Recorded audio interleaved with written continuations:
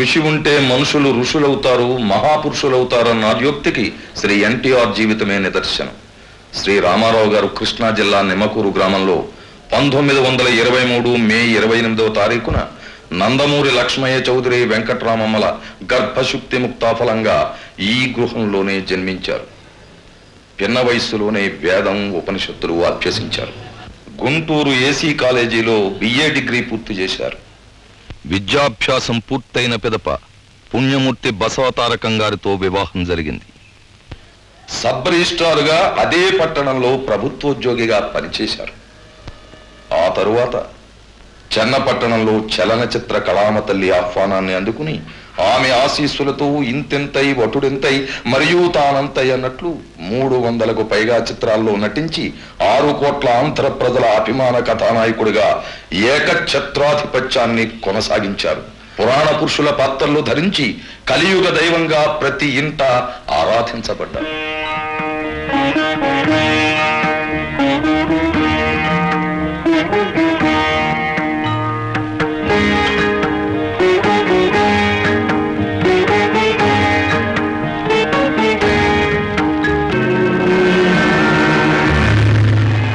శాంతియుత పోరాట మార్గంలో పూజ్య బాపూజీ పిలుపునిస్తే భారతదేశంలో తెలుగు భూమి ప్రతిస్పందించింది. మన్యసీమలో సింహగర్జన చేశాడు విప్లవ వీరుడు అల్లూరి సీతారామరాజు. తెల్లవాడి తుపాకీ గుండెకు గుండె నెదురొడ్డి నిలబడ్డాడు మన టంగుటూరి. విశాలాంధ్ర అవతరణ కోసం ఆత్మత్యాగం చేశాడు అమరజీవి పొట్టి శ్రీరాములు. ఆ కోవలోనే ఆంధ్ర రాష్ట్రం ఆత్మగౌరవాన్ని అమ్ముకుంటున్న సందర్భంలో తెలుగు జాతి ఆత్మాభిమానాన్ని నిలబెట్టడానికి, తెలుగు సంస్కృతిని పెంపొందించడానికి, తెలుగు జాతిని ఉద్ధరించడానికి ఉద్భవించారు మన అన్నశ్రీ నందమూరి తారక రామారావు. 35 సంవత్సరాలు తనను అభిమానించి తాను ఇంతటి వాడవడానికి కారకులైన తెలుగు ప్రజలు అరాచకత్వంలో అల్లాడిపోతున్న దృశ్యం ఆయన్ని కలచివేసింది. ఈ దుర్భర పరిస్థితికి కారకులు కుహనా రాజకీయ నాయకులేనని గ్రహించి తన శేష జీవితాన్ని తెలుగు ప్రజలకు అంకితం చేయదలచి ఒక నూతన పార్టీ స్థాపన ద్వారానే ఇది సంభవమని నిర్ణయించుకుని 1982 మార్చి 29వ తేదీన తెలుగుదేశం పార్టీని స్థాపించారు నందమూరి తారక రామారావు గారు. తెలుగు జనతకు వందనం, తెలుగు యువతకు అభినందనం, తెలుగు మమతకు అభివాదనం, తెలుగు జాతికి శుభాభినందనం. హరిజన గిరిజన దళిత వర్గాలు గూడెల్లో, అడవుల్లో, గుడిసెల్లో మగ్గిపోతూ ఉంటే చూచి భరించలేక వెనకబడిన తరగతులు ఇంకా ఇంకా అట్టడుగుకు తొక్కివేయబడుతుంటే సహించలేక జనాభాలో సగమున్న ఆడబడుచులు అన్యాయమవుతుంటే ఓరిని పట్టలేక రాజకీయం భ్రష్టమై, వ్యాపారాత్మకమై, దగాకోరు విధానమై ఆంధ్ర ఆత్మాభిమానం చంపుతూ ఉంటే గుండె బద్దలై మనసు వికలమై ఓరిని పట్టలేక మీకోసం వచ్చాను. ఈ తెలుగుదేశం శ్రామికుడి చెమటలో నుంచి, కార్మికుడి కలిగిన కండరాల్లో నుంచి, రైతు కూలీల రక్తంలో నుంచి, రైతు కూలీల రక్తంలో నుంచి, నిరుపేదల కన్నీటిలో నుంచి, కష్టజీవుల కంటి మంటల్లో నుంచి, అన్నార్తుల అక్కందరలో నుంచి పుట్టింది ఈ తెలుగుదేశం. తెలుగువాడి పౌరుషం చాటి చెప్పడానికి, తెలుగువారి ఆత్మగౌరవం నిలబెట్టడానికి పుట్టింది ఈ తెలుగుదేశం. ఆశీర్వాదం, మంగళాక్షం. ఆ దృక్పథంతో పార్టీని స్థాపించి ప్రజల్ని ఉత్తేజపరచడానికి, వారిలో నూతన రాజకీయ చైతన్యం కలిగించడానికి జైత్రయాత్రకు బయలుదేరి పాంచజన్యం పూరించాడు. కదిలింది చైతన్య రథం, తెలుగు జాతికి నాడది తిరుగులేని ఆయుధం. కదిలింది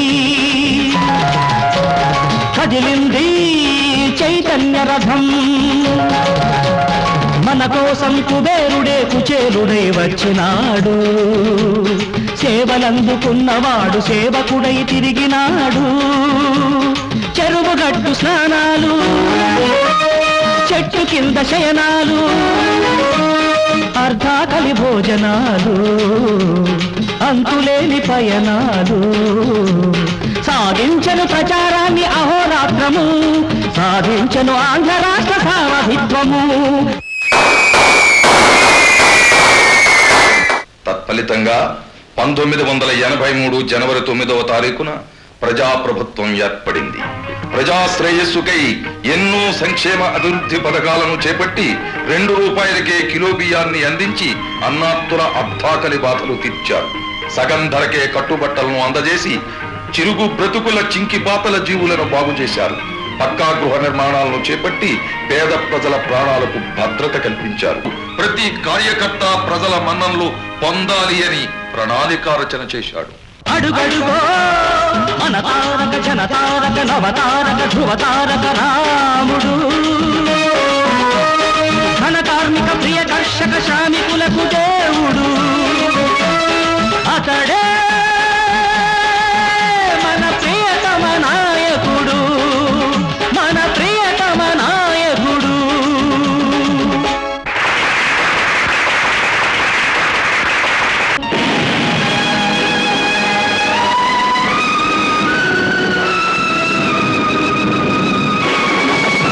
ప్రజాపాలకుల్ని చూసి ప్రజాకంటకులకు కన్ను పుట్టింది. హృదయకోశంలో శస్త్రచికిత్స కోసం అమ్మగారు అమెరికా వెళ్లి తిరిగి వచ్చేసరికి కుట్ర జరిగిపోయింది. ప్రజాప్రభుత్వం కూలిపోయింది. డాక్టర్లు బ్రతికించడానికి అన్న గుండెకొస్తే సహచరులు పడగొట్టడానికి వెన్నుపోటు పొడిచారు.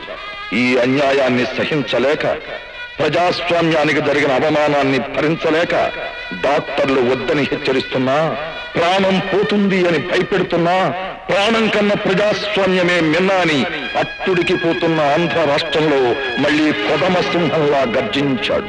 కదిలింది కదిలింది చైతన్య రథం, తెలుగు జాతికి నాడది తిరుగులేని ఆయుధం. కదిలింది కదిలింది చైతన్య రథం.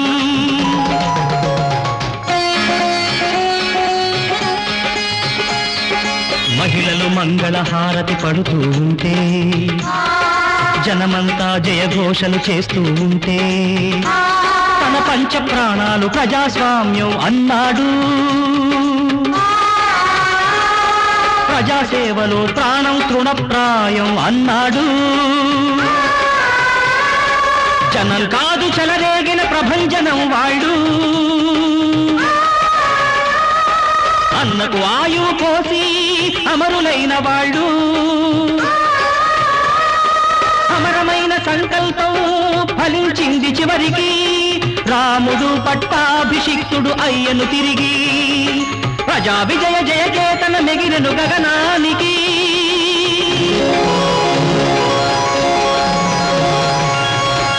అలా అన్నగారి ఆశీస్సులతో తెలుగుదేశ రక్షణకు దీక్ష వహించారు నారా చంద్రబాబు నాయుడు గారు. తెలుగుదేశం కార్యకర్తలను, నాయకులను ఒకే గొడుగు కిందకు తెచ్చి అన్నగారి ఆశయ సాధన కోసం అహర్నిశలు కష్టపడుతూ, సమాజమే దేవాలయం, పేదవాడే దేవుడు అన్న అన్నగారి సిద్ధాంతాన్ని ఆచరింపచేస్తూ అందరినీ కలుపుకుంటూ తెలుగుదేశానికి వెన్నెముకలా నిలిచిన తెలుగు ఆడపడుచులను ఆదరిస్తూ, బాబ్లీ విషయమై రాష్ట్ర ప్రయోజనాలను కాపాడడం కోసం ఢిల్లీ వీధుల్లో ధర్నాలు చేసి, న్యాయం కోసం గర్జించి, బీడీ కార్మికుల భద్రత కోసం వీధి వీధి తిరిగి, తెలుగుదేశం పాలనలో హాయిగా కలిసి బతికిన హిందూ ముస్లిం ఐక్యతకు నిరంతరం పాటుపడుతూ, వెనకబడిన తరగతులకు పెద్దపీట వేసి, దళితుల మనోగతాన్ని అర్థం చేసుకుని 25 సంవత్సరాలుగా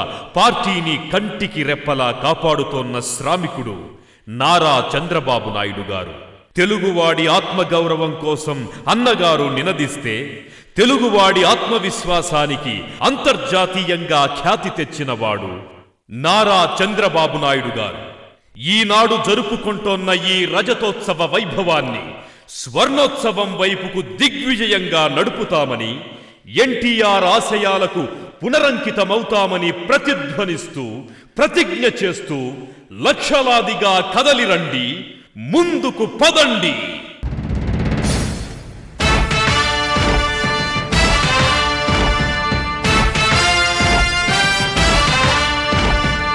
కదలి రండి తెలుగుదేశ కార్యకర్తలారా, త్యాగాలకు వెనుదీయని దేశభక్తులారా. కదలి రండి తెలుగుదేశ కార్యకర్తలారా, త్యాగాలకు వెనుదీయని దేశభక్తులారా. నందమూరి ఆశయ రథ సారథ్యం మీదే, చంద్రబాబు స్వర్ణాంధ్రకు నిర్మాతలు మీరే.